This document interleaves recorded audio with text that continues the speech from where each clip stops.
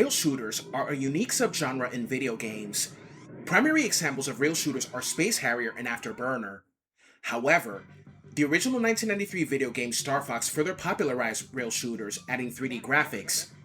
By the mid-1990s, first-person rail shooters became popular in arcades, notably light gun shooters like Time Crisis, House of the Dead, Virtual Cop, Panzer Dragoon, and so on.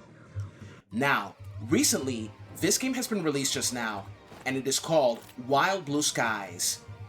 Wild Blue Skies is an arcade-on-rails flight combat video game developed by Chuhai Labs and Vitae Backroom Inc., released just 3 days ago on PC, PlayStation 5, and Xbox Series X and S, with a Nintendo Switch version planned later this year.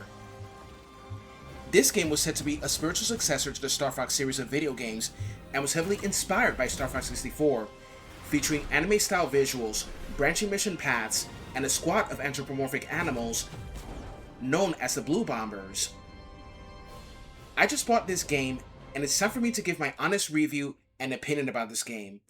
So with all that said and done, let's go!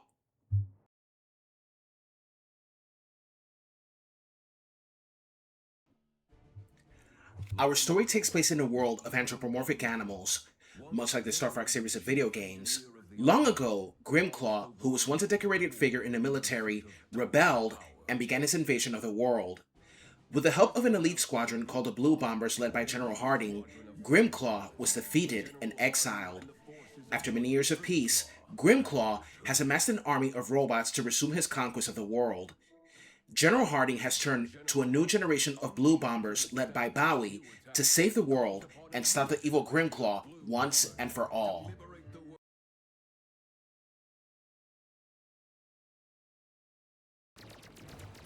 Players take control of Bowie Stray, leader of the elite aerial squadron known as the Blue Bombers, comprised of his friends Chuck, Thorn, and Roe.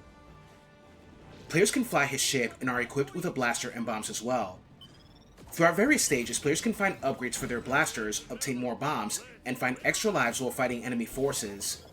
Throughout the stages, players can find the letters W, I, L, D, which are hidden collectibles, which is kind of a reference to Donkey Kong Country when you find the letters K, O, N, G. When you obtain all 4 letters, you are rewarded with medals, contributing to your overall score chase and performance commendations alongside health and speed bonuses. These letters can be found hidden in plain sight, tucked in crates, carried by enemies, etc. Players can also upgrade their blasters as well. The first upgrade is a double blaster and the second upgrade is a hyper blaster. However, if players take heavy damage, they will lose their upgrades. To obtain higher scores, players must charge up their laser and fire it on a group of enemies to obtain multiple points. The only difference is that in Star Fox, when you break a wing, you lose your blaster upgrade.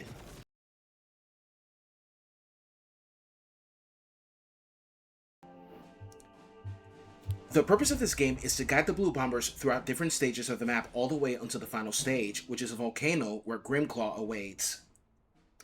By performing certain actions in some stages, you can go to a different stage or just go straight ahead to the next one, like in Star Fox 64.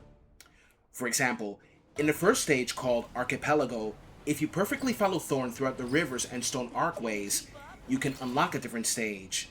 Kind of like Falco in Star Fox 64 when in Corneria, when you keep him alive, fly through the 7 stone archways and he'll guide you to a new enemy, leading to Sector Y after beating that enemy. Not only you fight bosses and enemy units, in some stages you fight against a rival team of the Blue Bombers, which are obviously based on the ragtag mercenary team called Star Wolf, the longtime rivals of Star Fox.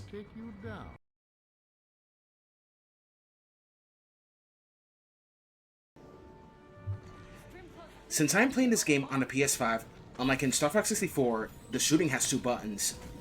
The square button is where you can shoot your enemies by pressing it constantly or holding it down if you change it in the settings mode. The X button is where you charge your laser to lock on the enemy and shoot it. Charge shots can be effective against multiple enemies, and you earn multiple points with that. The circle button is to fire a bomb, and you can blow it up manually instead of waiting for the bomb to explode on impact. The R2 button is for boosting your speed, and the L2 button is to use the brakes.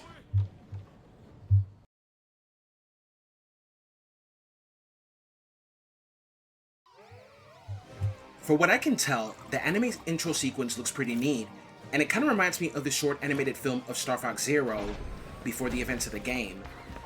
I must say that some stages remind me a lot of the stages from Star Fox 64. They could have had some scenes before a mission like in the brand new Star Fox reboot for the Nintendo Switch 2. The world map looks pretty good, and I like how one of the stages resembles Chichen Itza, an ancient Mayan city. But that pyramid is located in the desert in this game. Now, in case you did not know, Giles Goodard is one of the developers of this game. Mr. Goodard worked on the original Star Fox video game. Wow, what could possibly go wrong?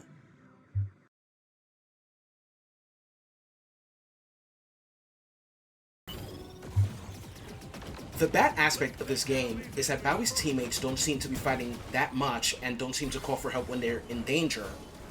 At least the Star Fox team helped each other when they needed it, and they put more of a fight. Sure, it was annoying when they asked for help, especially Slippy, but at least they knew all about teamwork. What also bothered me is that although you can do a barrel roll, you cannot even do evasive maneuvers during an all-range mode in this game, like somersaults in Star Fox 64, especially when an enemy is behind you. Sometimes the controls can get too clunky as well in terms of flying your ship. The story lacks originality, and it seems like the writers tried way too hard to make it like Star Fox 64. The characters are not so well developed either, and do not have much of a story.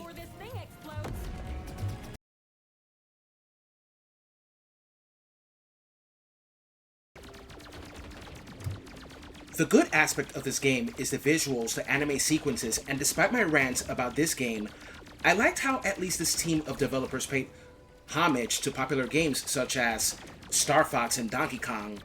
The Donkey Kong thing, kinda like out of place in a way, but still a nice homage. And I gotta say that the name Blue Bombers is a nice homage to the Blue Bomber himself, Mega Man. The stages are quite colorful, well detailed, and I kinda like the game's music. And some boss battles were pretty neat too. There are some things that I liked about this game, many things I did not. And I also say that they could have done so much better in certain aspects of this game.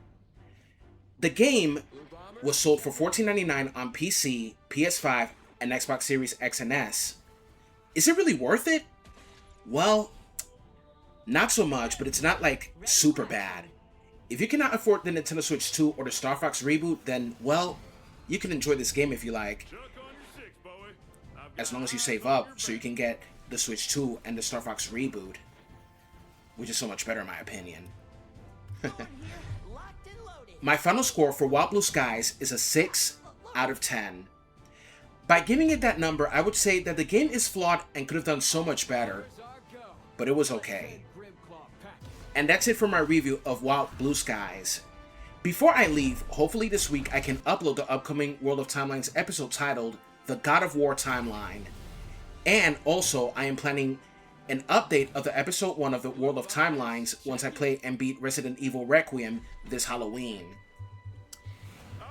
If you have something to say about this game, then comment, share, like, subscribe, share it with everyone you know, and go for it. This is John of Video Games in the World signing off. Take care, and I'll see you again soon. Thanks.